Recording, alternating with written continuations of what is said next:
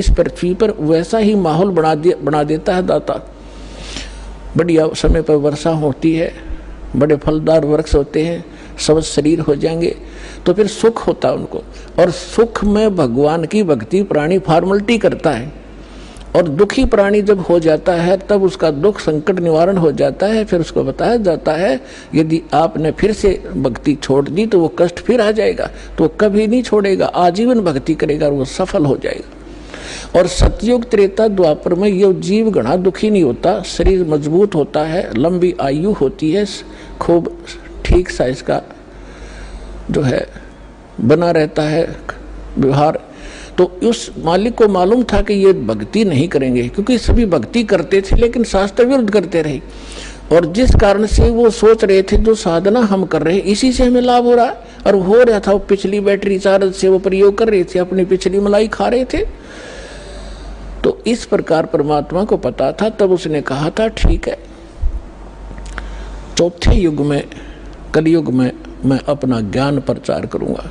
तो काल ने कहा था कि देखो जी, जबरदस्ती ना करना, बलपूर्वक मत ले जाना, आपके ज्ञान को कोई माने समझे स्वीकार करे और आपकी भक्ति करे तो वो आपके हों, और जो मेरे ज्ञान को जो मैं नकली अपने दूत भेजूंगा अपना ज्ञान प्रचार करने के लिए, उनका ज्ञान जो स्वीकार करे तो वो मेरे ही रहे, आप उनको बलपूर्वक न ले जाना। परमात्मा बोला बिल्कुल सही है, जब मेरा ज्ञान ही स्वीकार कोई नहीं करेगा तो खाक जाएगा मेरे लोक में, वो तो वही जाएगा जो मेरा ज्ञान स्वीकार करेगा, मेरी भक्ति ग्रहण करेगा, तब वो जाएगा।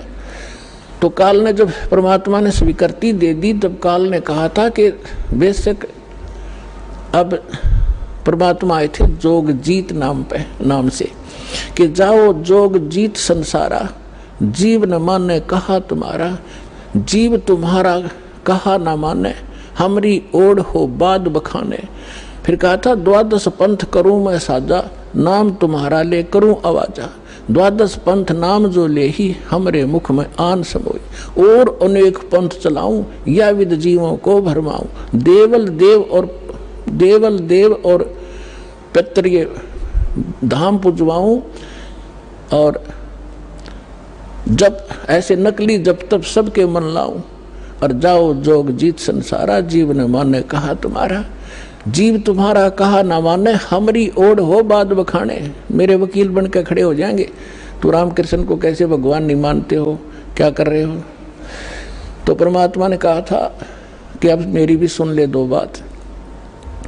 चौथा युग जब कलयुग आई तब हम अपना अंश पठाई, काल फंद छूटे डर लोई। जो जितने तू बकवास कर देगा, जितने तू ये भ्रमित करेगा, बंधन बनाएगा, काल फंद छूटे नर लोई, सकल सृष्टि परवानी खोई। ये परमात्मा का वचन है बच्चों, कोई डूम भाट के गीत नहीं है, समर्थ के वचन है। कि कहते हैं कलयुग बीते 5500 पाचा, तब ये वचन मेरा होगा साचा, और कलयुग बीत जावे जब एता, सकल सभी प्राणी और परम पुरुष पद चेता। अब परमात्मा ने कहा था कि जब चौथा युग कलयुग आवेगा तब मैं अपना अंश भेजूंगा, और उस समय काल के सारे फंद, तेरे सारे दाव पेच, ये अज्ञान को काट दिया जाएगा, और सकल सृष्टि उपदेशी होगी, नाम लेवेगी। और फिर कहा था कि जब कलयुग 5505 बीत जाएगा तब मेरा ये वचन सत्य होगा, और उस समय पूरा विश्व उस परमात्मा के उस परम पद का जानकार होगा, उसको पता चले। अभी तो हम स्वर्ग और नरक, कोई व्यक्ति मर गया, नो का स्वर्गवासी हो गया, चाहे जाता हो नरक में, हमने एक कोड वर्ड बना रखा था। तो अभी तक हमने सतलोक और सचखंड का पता ही नहीं था, परमात्मा का परम पद कौन सा है और कहाँ रहता है, कैसा है, कैसे प्राप्त होता है। और ये नकली पंथ चले थे काल के, राधा स्वामी पंथ और कबीर पंथ, जो 12 पंथ है कबीर जी के नाम से चला रखे, सारे नकली और काल के प्रेरित हैं। इनमें ना सत्य ज्ञान है ना सत्य साधना है। तो अंडरस्टूड है, जानना ज्ञान सत्य है, ना वहाँ नाम साधना सत्य है, तो क्या है वो वो तो खोखा है, नकली है, डुप्लीकेट सारे। तो अब परमात्मा ने कहा कि पूरा विश्व इस ज्ञान से परिचित होगा, पूरा विश्व नाम लेगा। अब प्रसंग चल रहा था कि 2 प्रकार से मानव शरीर प्राप्त होते हैं। एक तो टर्न वाइज होता है कि नरक स्वर्ग भोग के, उसके बाद फिर 84 लाख प्रकार के प्राणियों के शरीरों में कष्ट उठा के उसको एक मानव शरीर मिलता ही मिलता है। तो वो उस प्रकार का प्राणी शीघ्र भक्ति पर नहीं लगता। उसके अंदर एक ऐसा गुण होता है, अवगुण होता है, वो बहुत ही देर से बहुत समय लगेगा उसमें, लेकिन मालिक की दया, जो दास ने कल उदाहरण दिया था उस तरीके से उसके ऊपर असर होता है। वो भी तरीका मालिक उन बच्चों के लिए भी अपनाएगा अब। लेकिन जो बता रहा दास के, एक पिछले संस्कारों से पुनर्जन्म होते रहते मानव के, उसके लिए अभी तक दास या भूमिका बना रहा है, ये समझाने के लिए आपको कि जैसे आप जी को प्रथम मंत्र दिया जाता है। पहले परमात्मा ने इस प्रथम मंत्र में केवल ये बीच वाले 5 नाम ही दिए जाते थे, और ये काल के पंथ जो राधा स्वामी पंथ और इससे निकले हुई जितनी शाखाएं हैं, ये 5 नाम देते हैं। और वो कौन से नाम? 5 काल के, यूजलेस, ओंकार, रंकार, ज्योत निरंजन, सो हमर सतनाम। सतनाम कोई जाप है, ओंकार रंकार ये कोई जाप है। ये 5 नाम थे जो दास आपको प्रथम मंत्र में बीच के 2, फर्स्ट एंड लास्ट को छोड़कर, ये पहले नहीं दिया जाता था, इसलिए इसको अभी तक गुप्त रखा था। ये कंप्लीट कोर्स है। और वो बीच वाले जो मंत्र हैं वो आपको संसारिक सुविधा यहाँ की उपलब्ध कराएंगे, क्योंकि उनका टैक्स देंगे। ये पूजा नहीं, साधना है। साधना और पूजा में अंतर होता है। जैसे हम पूजा करते हैं परमात्मा को पाने की, तो हम परमात्मा को पाने के लिए जो भी प्रयत्न करते हैं वो साधना है। जैसे हमारा पूज्य है जल, हमने जल प्राप्त करना है, तो जल प्राप्त करना जमीन के अंदर है, तो हमारा जो पूज्य है, इष्ट है, वो है जल। और उसके पाने के लिए, जल प्राप्त करने के लिए जो भी हम क्रिया करते हैं, बोकी लगाते हैं, पाइप डालते हैं, फिर हैंडपंप लगाते हैं, तो वो हमारी साधना है, वो पूजा नहीं है। उसको पाने के लिए जो हमारा पूज्य है, हमारा जो इष्ट है, वो तो जल है। उसके लिए जो प्रयत्न किया गया वो साधना है और वो पूजा है उसको पाने की।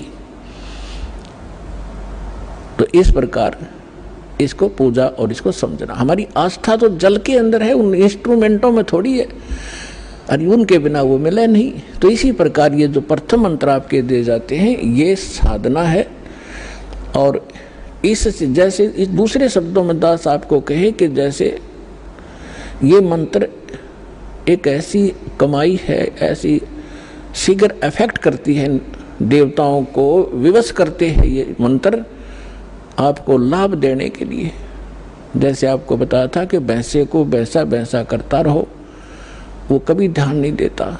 आप वैसे गुण गाए जाओ, जय गणेश देवा, माता थारी पार्वती, पिता माँ देवा, हम घोट रखे थे हमने, ये कभी नहीं सुनेंगे। और इनका एक मंत्र दे रखा है आपको, उसका जाप करो, तुरंत अटैक होगा उनके ऊपर जाके और सतर्क होंगे। क्या हो गया बच्चे को, क्या डिमांड है इसकी, देखो इसका अकाउंट कितना हमारे इसमें, उस तुरंत उसका राहत दी जाएगी। तो जो पैसे ने भैंसा भैंसा करो कभी नहीं सुने, अरे एक बार कर दो हुर्र, वो तुरंत देखेगा नू और अट्रैक्ट होगा, दौड़ने की चेष्टा करेगा उस आवाज़ की ओर। तो परमात्मा ने ये मंत्र हमें दिए थे, लेकिन बीच में काल के दूता ने इस कबीर पंथ का जहाँ स्टार्ट हुआ था दामा खेड़ा वालों से, तो 5वीं पीढ़ी तक ये 5 मंत्र चले थे। उसके बाद 6ठी पीढ़ी में दामा खेड़ा वालों के जो महंत था वो एक टकसारी नाम का इसी कबीर पंथ की ब्रांच बन गई थी नकली। उसने भ्रमित कर दिया कि तुम बात करते हो सतलोक की और सचखंड और सतपुरुष की, और पूजा कर रहे हो तुम देवी देवताओं की, ये काहे की भक्ति है तुम्हारी। तो भ्रमित हो गया, उसको ज्ञान नहीं था। छठा पीढ़ी वाला था। उसके बाद फिर उन्होंने एक शब्द सेलेक्ट कर लिया जो कबीर सागर में लिखा है, अजर नाम अमीर नाम पाताले सब सिंधु नाम यही हंस का काम। ये कोई मंत्र है? ये तो एक श्लोक शब्द है। तो इन मंत्रों से इन आपकी पूजा नहीं है। पूजा हमारा कबीर देव पूज्य है, उसको प्राप्त करना, सतलोक हमारा प्राप्त करना उद्देश्य है। और ये साधनाएं हैं, ये इंस्ट्रूमेंट हैं, ये प्रयोग करने ही करने पड़ेंगे।